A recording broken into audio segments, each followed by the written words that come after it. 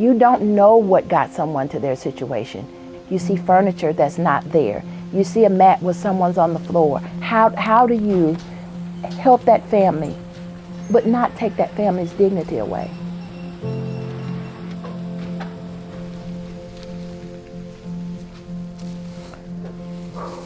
Okay. My mom and I had a very, maybe overused saying she was my best friend, but she really was. And in 2016, my mom was diagnosed with small cell squamous cancer in the lungs. And I just went numb, and I didn't know how to handle that. I had slept by her bedside in one of the dining room chairs for weeks. And that one night the kids were there, I said, you know, I think I'm gonna go upstairs and get me a good night's sleep. And 2 hours later, it was like something just hit me in the head, and I just heard a voice in my head that said, go check on your mom. And I went downstairs, and she took her last 6 breaths in my arms. There were various times when, you know, insurance did not cover certain equipment, certain appointments that she needed. You know, that equated into, you know, having to dip into my 401k. When she passed away, you know, I was drained. I simply couldn't afford to keep the home. So we lost the home. That's the home that I had grown up in. That's the home that, you know, all of my memories were in, the home where my mom had passed away. And it wasn't easy for me.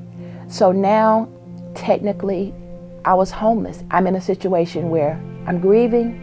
I've got to keep these 3 kids stable, and I'm having to deal with moving.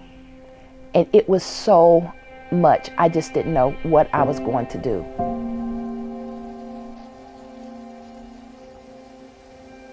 One of my girlfriends reached out to me, and she said, at the funeral, she said, Angie, you know, what are you going to do with the kids? So one of her brothers did have a house for rent.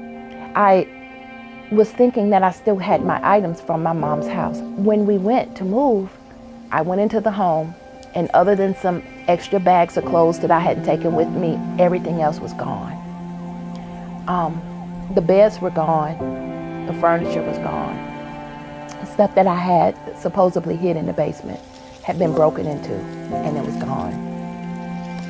And I'm moving into this house, and I didn't have anything. And I'm thinking to myself, I could sleep on the floor. How do I do this for my kids? Coincidentally, that year, my children's school had adopted Beds for Kids as their charity. We pick a charity every year. And my kids' guidance counselor, she had been keeping up with my situation. And she said, well, Angie, you know, if it's okay with you, I'm going to reach out to them and see if, you know, they can help you out with, you know, at least some beds for your children. I said, absolutely. And she came back, she said, Angie, great news, you know, we can get some beds. And, you know, I picked the time. So when my kids went to school that morning, I said, when you guys get home, you know, you're gonna have beds.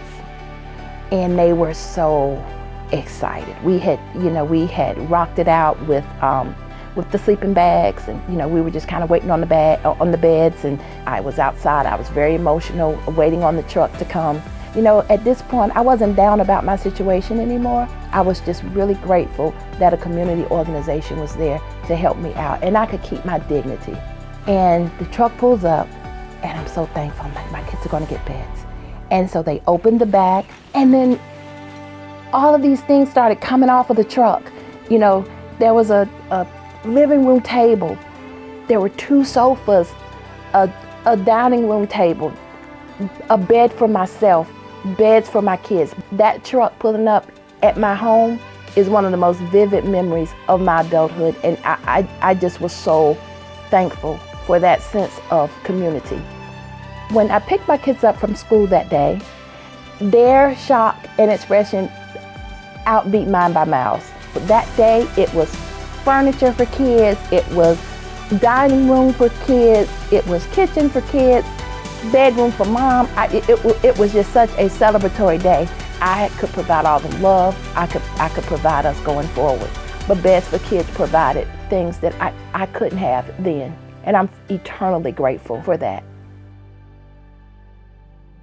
what really stood out for me, it wasn't just the sofa. It was the person that brought the sofa in.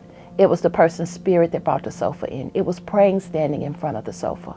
All of that made a difference. It wasn't a handout. It changed my life.